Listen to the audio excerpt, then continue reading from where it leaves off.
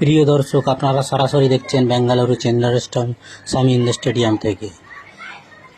IPL 2025 যে বেঙ্গালুরু জয়লাভ করেছিল, সেই জয়লাভের যে সেলিব্রেশন অনুষ্ঠান, সেটা পরিণত হয়ে গেল শোকেতে। কালকে রাত্রে যখন ওনাদের সেরিমনি অনুষ্ঠান ছিল, সেই সময় ঘটে যায় বিশাল দুর্ঘটনা। পদপিষ্ট হয়ে মারা যায় সঙ্গে সঙ্গে 11 জন ব্যক্তি এবং আহত হয় প্রায় 37 জন। তো সেই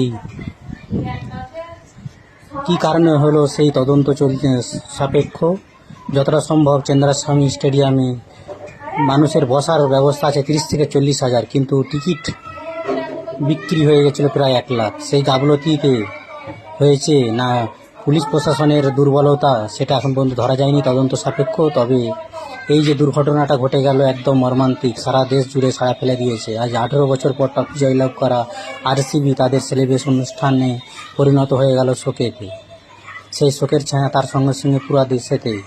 চেন্নাস্বামী স্টেডিয়ামে পুরো RCB টিম এবং বেঙ্গালুরুর যিনি মুখ্যমন্ত্রী তিনি উপস্থিত ছিলেন এবং বিশিষ্ট ব্যক্তিত্ব, ওনাদের উপস্থিতিতে হচ্ছিল পালন, কিন্তু দুর্ঘটনা ঘটে গেল এত বড়।